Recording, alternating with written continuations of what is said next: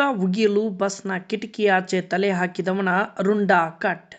ತಲೆ ಆಚೆ ಹಾಕಿದ್ದಾಗ ಹಿಂದಿನಿಂದ ಟಿಪ್ಪರ್ ಡಿಕ್ಕಿ.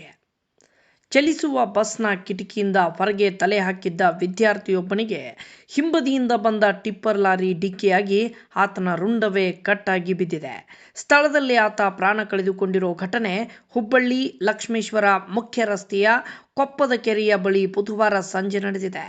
ಮೃತಪಟ್ಟ ವಿದ್ಯಾರ್ಥಿಯನ್ನ ಕುಂದಗೋಳ ತಾಲೂಕಿನ ಶಿರೂರು ಗ್ರಾಮದ ನಿವಾಸಿ ಫಕ್ಕೀರೇಶ್ ಮುತ್ತಳ್ಳಿಮಠ್ 17 ವರ್ಷ ಎಂದು ಗುರುತಿಸಲಾಗಿದೆ. ಫಕ್ಕೀರೇಶ ಬಸ್ಸಿನ ಹಿಂಬದಿಯ ಸೀಟಿನಲ್ಲಿ ಕುಳಿತಿದ್ದ. ಆತ ಗುಟ್ಕಾ ಉಗುಳುವ ಉದ್ದೇಶದಿಂದ ಕಿಟಕಿಯ ಹೊರಗೆ ತಲೆಯನ್ನ ಹಾಕಿದ್ದಾನೆ ಎನ್ನಲಾಗಿದೆ. ಇದೇ ಸಮಯದಲ್ಲಿ ಬಸ್ನ ಹಿಂಬದಿಯಿಂದ ವೇಗವಾಗಿ ಬಂದ ಟಿಪ್ಪರ್ ಲಾರಿಯೊಂದು ಕಿಟಕಿಯಿಂದ ಹೊರಗಿದ್ದ ಫಕ್ಕೀರೇಶ್ ತಲೆಗೆ ಭೀಕರವಾಗಿ ಡಿಕ್ಕಿ ಹೊಡೆದಿದೆ. ಟಿಪ್ಪರ್ ಡಿಕ್ಕಿಯಾದ ರಭಸಕ್ಕೆ ವಿದ್ಯಾರ್ಥಿ ದೇಹದಿಂದ ಬೇರ್ಪಟ್ಟಿದ್ದು ರಸ್ತೆಗೆ ಬಿದ್ದಿದೆ. ದೇಹವು ಬಸ್ಸಿನ ಕಿಟಕಿ ಬಳಿಯೇ ನೇತಾಡುತ್ತಿದ್ದ ದೃಶ್ಯ ಸ್ಥಳೀಯರಲ್ಲಿ ಮತ್ತು ಸಹ ಪ್ರಯಾಣಿಕರಲ್ಲಿ ನಡುಕ ಹುಟ್ಟಿಸುವಂತಿತ್ತು. ವರದಿ BM ಬಿಸ್ನಾಳ್.